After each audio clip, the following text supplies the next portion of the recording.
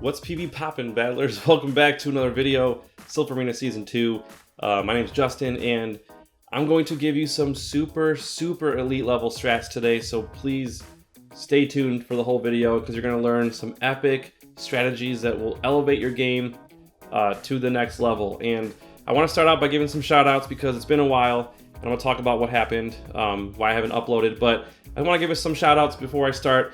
Number one, to Billy Lutz at the Trainer Club and all his subscribers who came to my channel. I want to give you guys a shout out for helping my channel grow. I'm so honored to have you guys here, so thank you guys so much, and thanks Billy again for helping me with the shout out. It's really helped a lot to grow my channel. I also want to thank Battle Hero Vange for giving me a really nice shout out today.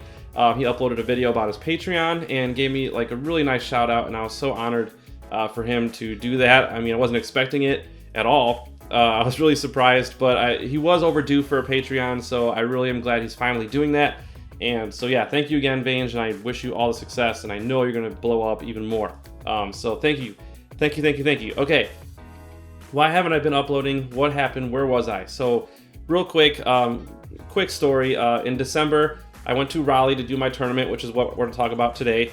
And, you know, spent about a day and a half there, came back, I ended up proposing to my girlfriend that following Thursday, and that took some preparation to do leading up to that. And then the very next day, we flew to Europe to spend 9 days over in Spain, and on the 22nd, when we were supposed to come home, our flight got canceled due to a strike, and so we ended up staying in Paris for a few days, which delayed me coming home until the 26th of December. And silver lining though, I caught some Mime Juniors there, or I hatched some Mime Juniors, sorry, and I caught some Volbeats and some regionals that I didn't have yet, and so that was, you know, wasn't a huge loss. So anyways, came home, and then like literally after that weekend, I got sick really bad. Like right before New Year's, I got a really bad fever, and I was just out. And it's taken me about a week to recover from that. It's been a little over a week now. I'm still getting over my cold, but I'm pretty much finally back to normal and ready to start editing again. And so that's where I've been. So yeah, so now that that's all out of the way, I want to talk about the Timeless Cup tournament. I know, don't click away. I know Timeless is over, but these strategies that I'm going to talk about apply to every single cup. If you play Pokemon Go PvP, you're going to want to know these strategies, because you're going to elevate your game to that next level. And on those flights to Europe and from Europe, all I did was watch battles on my phone. So I spent like 4 or 5 hours, at least, minimum, just watching old battles. And I feel like I learned a lot just from watching. I wasn't even playing or practicing, I was just watching. And I feel like I elevated myself to another level just from watching all those battles. And so I'm going to teach you some stuff today. And so I'm going to start by talking about the Timeless Cup. I'm going to tell a little story about that, and that's how I'm going to teach you these strategies. So let's just get into it. So I get to Raleigh on Friday, and right before I go to bed that night, the tournament was on Saturday, I battle a guy named Zach G. That's how I know him on Discord. So shout out to him. We did some practice battles because I was still nervous. I needed some more practice. He agreed to practice with me.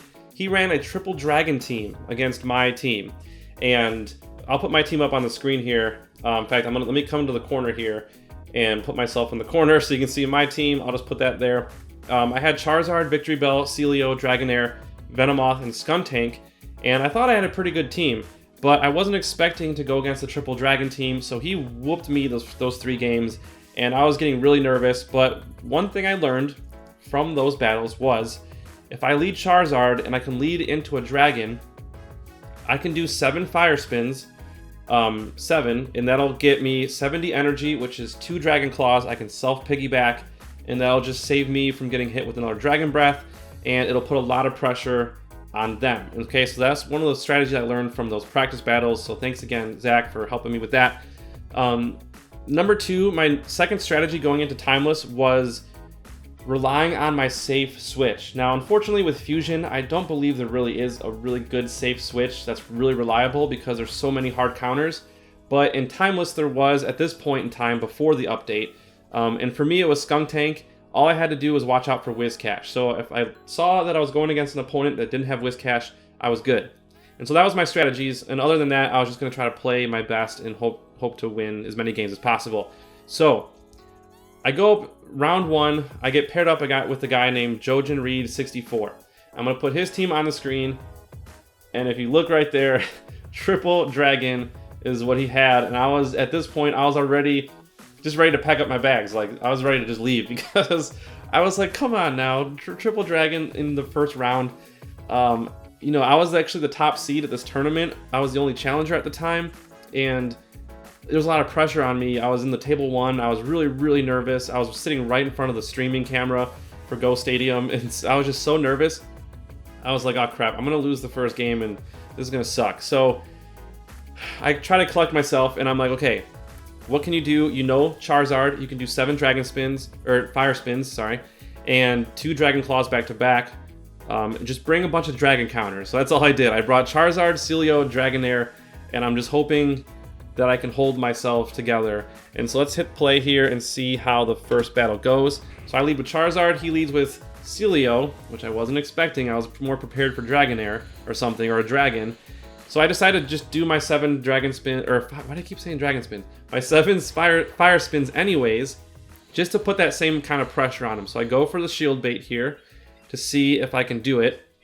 And he falls for the bait. So I'm like, okay, maybe I got this. So he throws a body slam at me, and I take it this time. I definitely needed to shield once. And so I go Blast Burn just to try to get him here, and I knock him out. So I'm thinking at this point, okay, I'm in a pretty decent spot. I have some counters to this Kingdra, but then he switches out, and then here I maybe could have stayed in, but Razor Leaf does a lot of damage to Celio, so I end up deciding to switch, but I was a little slow on that switch, so I don't know if you noticed that. And he was able to get a Leaf Blade on me. I probably should have saved the shield. That was my big mistake here. I didn't really need to shield that, even if it was Leaf Blade. I could have tanked it. I should have saved my shield for this matchup. So I go with the body slam here. I should have done Aurora Beam. I was a little shook by this whole triple dragon thing, and I was just making some little mistakes here and there. And then he hits me with, I burn my last shield. He hits me with Outrage. I lose game 1. I'm already not happy. I decide to go Charizard again, Dragonair again. I bring Victory Bell this time, just in case he brings Celio this time. So let's see what happens. All right, I get the matchup that I want, the lead matchup. I go 2, 3, 4, 5. I'm just counting at this point. I'm literally counting. I'm on autopilot right here at this point. So I shield 6, 7. I go for the piggyback. Let's see if it happens. So we get the Dragon Claw here, shields, and boom. Perfect, successful piggyback. No Dragon Breath came in, and I hit him. Okay, so I put the pressure. This is exactly what I want it to happen. I know I don't need to shield this at this point. I'm going to let the Charizard go down. I'm going to farm just a little bit, wait for him to come in, and then I'm going to start getting ready to switch because I know he's going to bring a counter. So I switch into Victory Bell, and I probably didn't need to shield here, but it's whatever. I had a good lineup. Like my stuff was lined up to his stuff at this point, so I was happy where I was. Here, now this is why Triple Dragon is kind of risky at this point, because Shelgon isn't as tanky as the other ones, and it just, yeah, it can't last as long. So I was lucky he brought that in. And then, so here he's pretty much done at this point. I go Aqua Tail. I know he's gonna shield, but I know I can get to another one as long as he doesn't hit me with Aurora Beam. But I didn't think he had enough energy for that anyways. And so I throw the Aqua Tail and we take game 2. So I make a good comeback, I pull myself together, and in the third game, I decide to bring pretty much the same lineup, except I bring in my safe switch Skuntank this time, because I know he has no Whiscash, so I really have nothing to be worried about with Skuntank. So same lead again, so perfect. All I gotta do is just keep tapping those fire spins, and I'm counting as I do it, so I hit 5 here.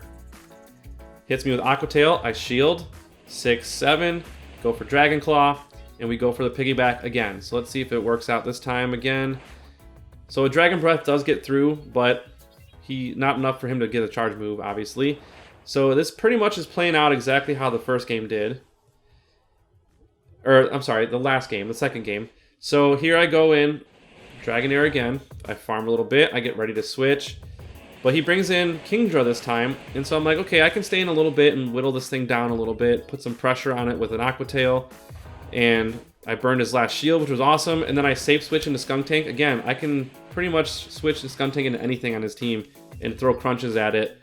And I think here, actually, him swapping out that Kingdra, I think it actually helped me because I feel like he had a lot of energy there. He could have taken out my Skunk Tank with a Dragon Pulse, maybe. I don't know, but he switched out, and I was a little confused, but I was happy because he came in with a fresh, no energy Blaziken, and so that allowed me to kind of knock it out and farm it, and then we take game 3. So, yeah, pulled out a win there. I was super excited. I'm gonna hit pause here. Ended up winning the next 3 matches in a row. So I'm undefeated in this, like what I thought I was gonna get my butt wrecked. Like that sounded really bad, but I thought I was gonna get wrecked in this tournament. I ended up going 4-0. And then I run into a guy named Lapras Logan. Okay, so Lapras Logan, at this point in time, he was a rival at this point. That's why I got his name in orange. He's since jumped way past me, but that's besides the point. Okay, so he has a team that I am not happy about. So he has Sunny Castform, which a lot of people were talking about. Pogo King was talking about it a lot, how much he liked it. And it was a really good Pokemon, so a lot of people were using it. I was very worried about it. Not only did he have that, if you also notice, he has Whiscash. So he has 2 Pokemon that I don't like. And so I feel like my team is not as well equipped to handle his team. I really have to play well to beat him. And so I decide to run, I'm going to show my team here. I decided to run my lineup, Charizard, and Celio, and Victory Bell. The reason I run Victory Bell is because I notice his team has 3 Pokemon that are weak to grass. And so my Razor Leaf can do a ton of damage. He's bound to bring in one of those. And so I bring Victory Bell. I decide I need to bring Victory Bell in every game, I think. And so I bring that in. I bring in Charizard as the lead, hoping to run into a dragon.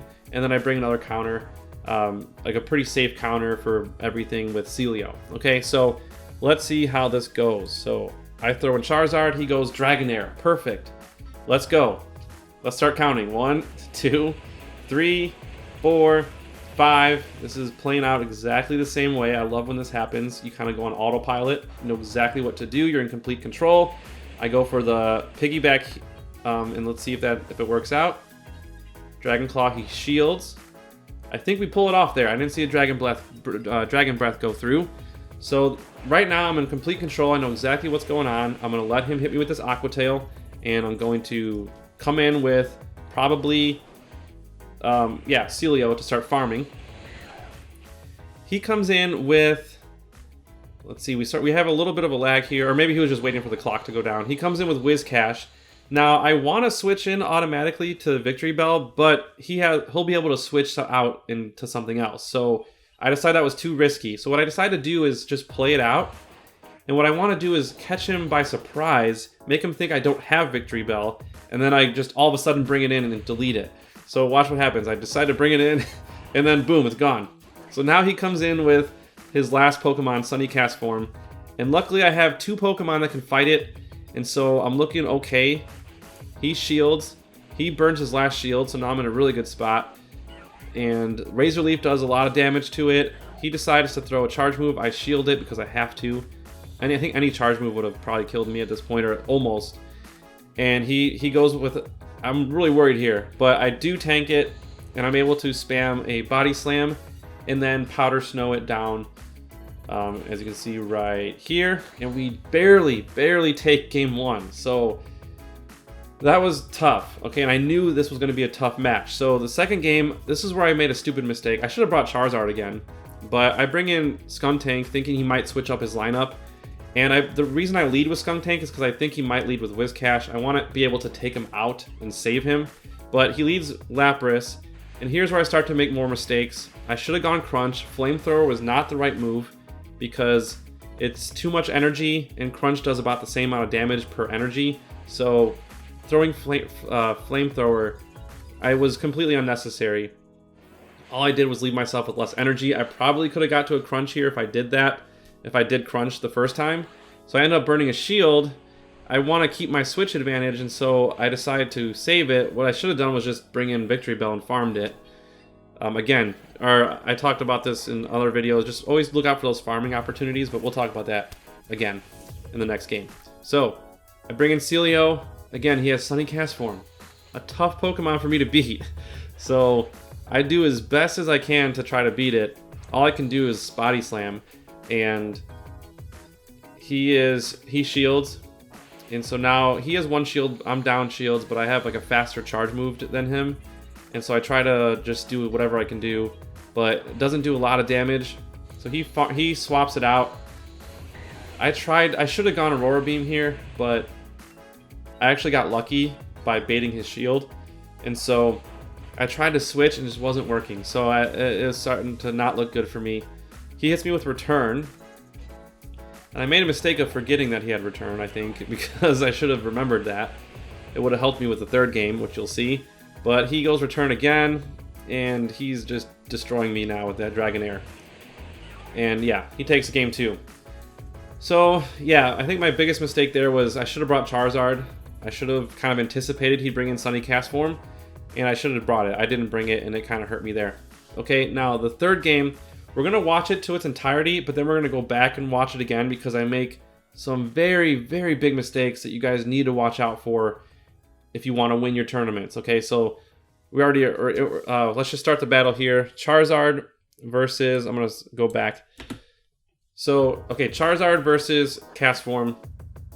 Now here, I actually can win this matchup because I double resist grass, which I wasn't thinking about at the time. I should have known that, but I should have just stayed in, and he switches. He gives me switch advantage. I decide to kind of squander it, and we're going to talk about that when we rewind the video, but I hit it with a Blast Burn, so that was not too bad, and then I bring in Victory Bell to kind of farm it.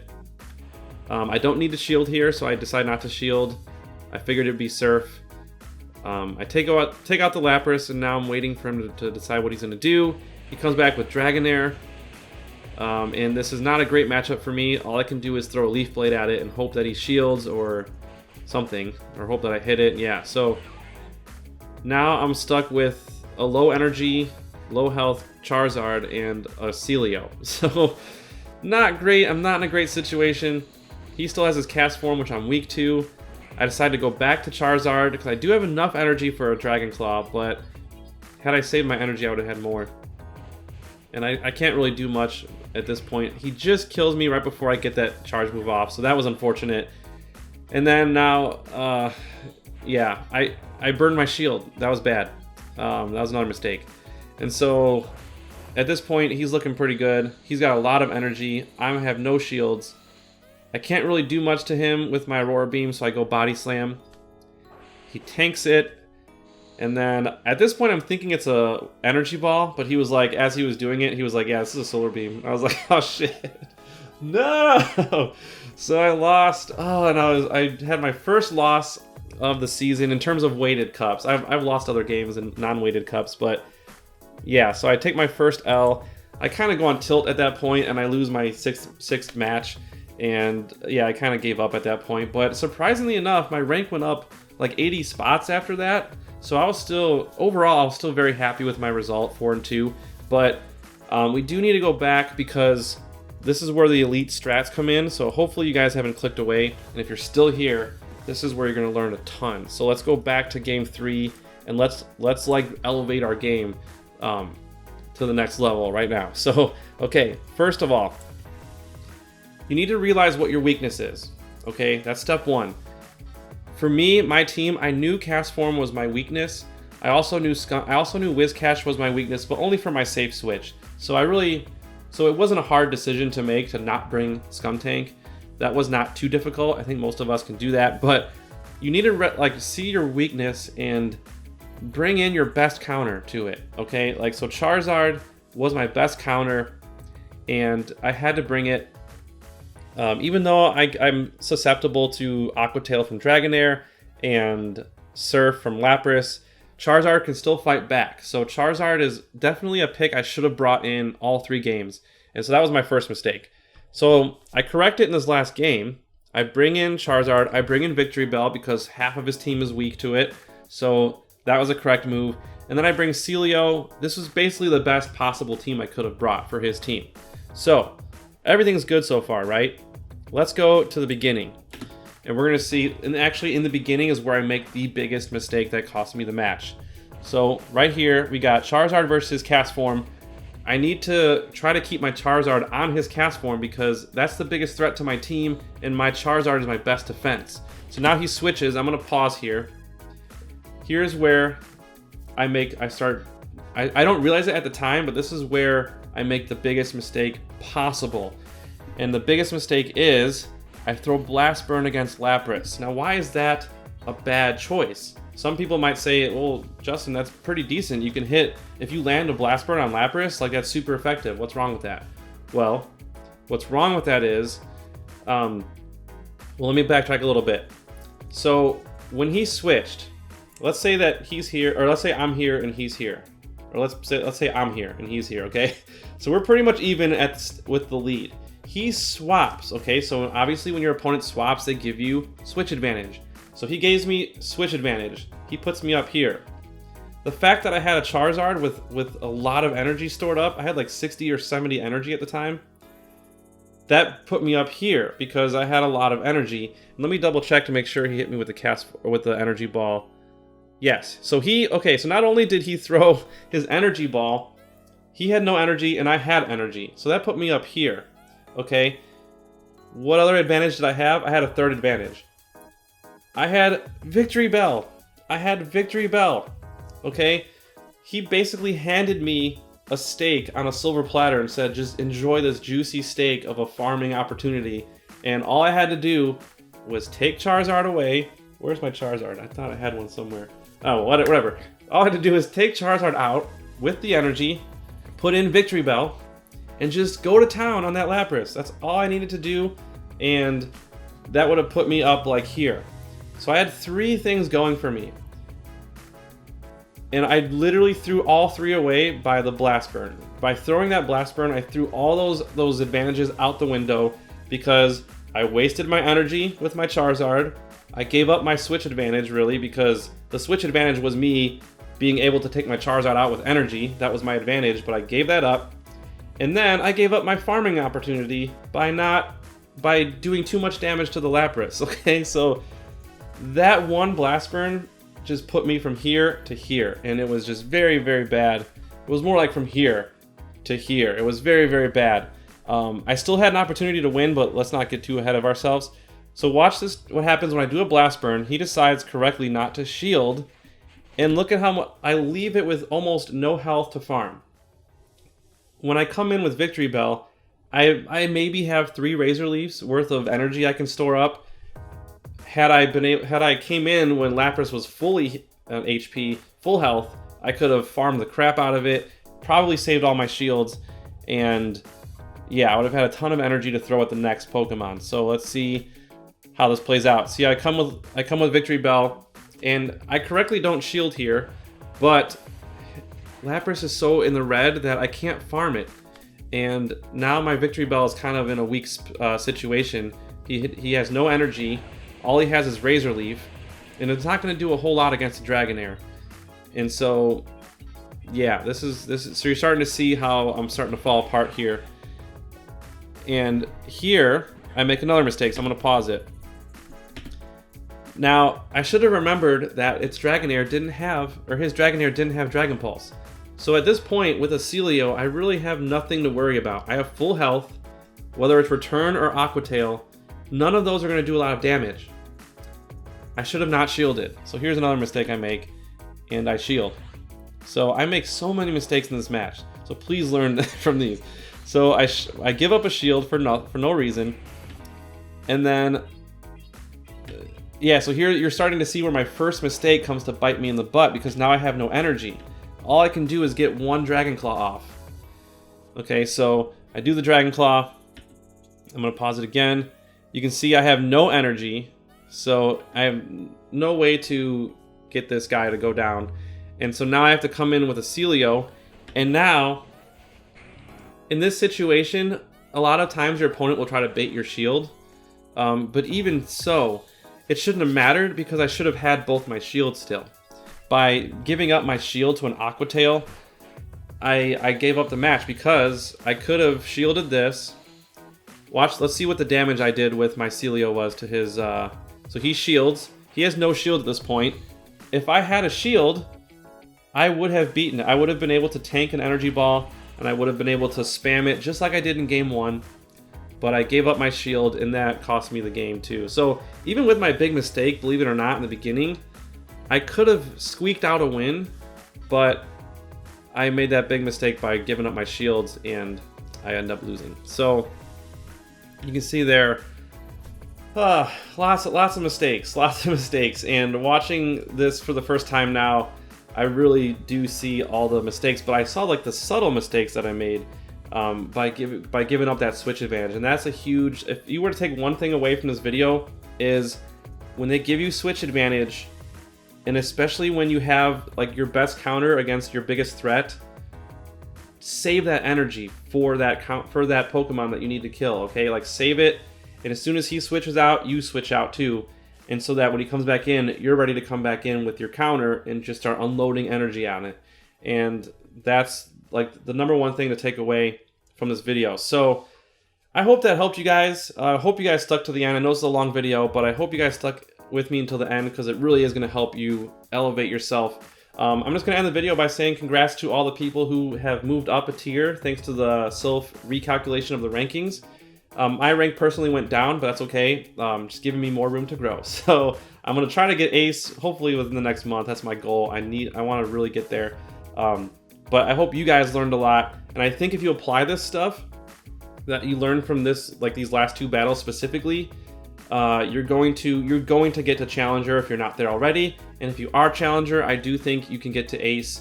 And so just really, yeah, kind of let that information sit with you. Think about it when you do your practice battles. Spot your threats, bring in your best counter, and if they give you switch advantage, really make sure you capitalize on that. So with Fusion Cup coming up, there's going to be a lot of hard counters. It's a lot of rock, paper, scissors. If you give up switch advantage, you're going to be at a big risk of losing. But if your opponent gives up switch advantage, capitalize on that as much as possible and save up your energy. And yeah, so I got some more videos coming up with Fusion, so stay tuned. I'm going to be back at it. So thank you guys so much for watching, and we'll see you in the next video.